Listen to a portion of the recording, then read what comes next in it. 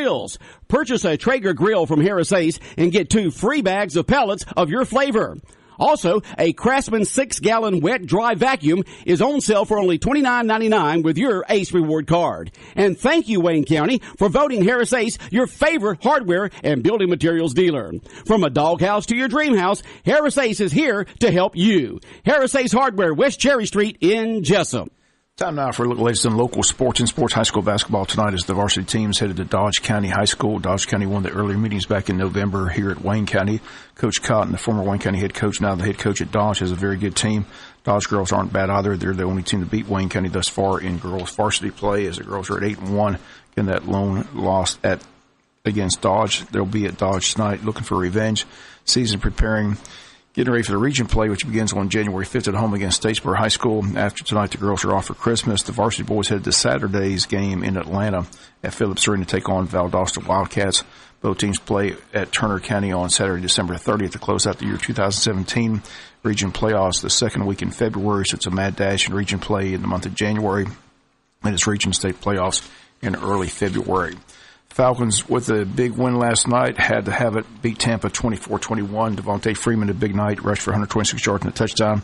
Falcons currently in the 6th spot in the NFC playoff picture, but can win the division with wins at New Orleans and at home against Carolina. All 3 teams from the same division possibly can make the playoffs.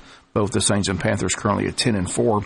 Falcons now at 9-5, but the Falcons know if they win both games to close out the season, they will win the division, possibly host round one of the NFL playoffs. One more win should at least clinch a playoff spot for the Falcons.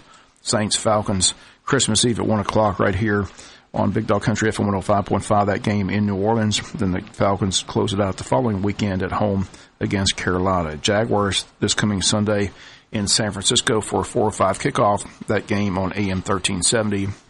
Jaguars have clinched the division, or have clinched a playoff spot, have a chance to clinch the division with a win in San Francisco on Sunday. College bowl season back in session after taking Sunday and Monday off, not to conflict with the NFL, but tonight the exciting Boca Raton Bowl featuring Lane Kiffin's Florida Atlantic team taking on Akron.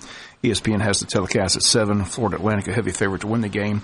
Saturday there were 6 bowl games played. North Carolina A&T completed an undefeated season at 12-0. They beat Grambling at the Mercedes-Benz Stadium in Atlanta 21-14.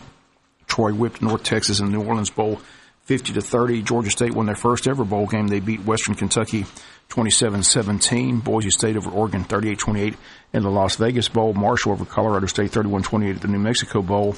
And Middle Tennessee State over Arkansas State 35-30 in the Camellia Bowl. Bowl action all this week. 1 game tonight, 1 game Wednesday, 1 game Thursday, 2 on Friday, 3 more on Saturday.